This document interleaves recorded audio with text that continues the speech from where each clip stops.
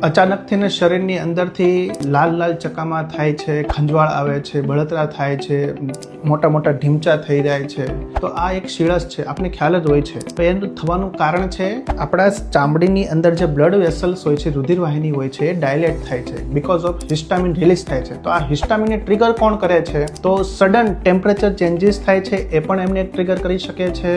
અમુકને specific food allergy હોય છે, ખાટું ખાવાથી કે ઘણી બધી ફૂડ એલર્જી હોય છે, લીંબુ આ તે, તો એ પણ એક ટ્રિગર કરી શકે છે. બીજું છે સ્ટ્રેસ ફેક્ટર. તો according to German new medicine, બહુ ખૂબ જ સારું એવું આ રિસર્ચ છે કે ડૉક્ટર હેમરના રિસર્ચ પ્રમાણે એવું કહેવામાં આવે છે કે સેપરેશન કોન્ફ્લિક્ટ, કોઈ નજીકના વ્યક્તિથી દૂર જવાનો શોખ, એ પણ આ કરાવી શકે છે. અથવા તો કોકથી આપણે છુટકારો જોતો હોય છે, ગુસ્સો રહેતો હોય, અંદરને અંદર રાખતા હોય, આપણે બોલીએ ને કે માણા ઉતરી જાય છે, પણ એમ ગુસ્સો છે, ઘૃણા છે, આપણે બોલીએ રીસ, એ અંદરને અંદર રહે છે, એ પણ આ જે હિસ્ટામિન છે ને એમને ટ્રિગર કરે છે કે જે એલર્જીકના સ્વરૂપે આપણે દેખાય છે. તો આપણે ફૂડ એલર્જી વગેરેમાં તો પરેજી પાળીએ જ છીએ, સાથે સાથે આપણા ઇમોશન છે એને સપ્રેસ ના કરો, એમને રિલીઝ કરો, બીજા જોડે શેર કરો કે જેનાથી આપણે ખૂબ જ રીતે સારી રીતે અંદરથી ઇમોશનલી પ્લસ ફિઝિકલી આપણે હેલ્ધી રહીએ.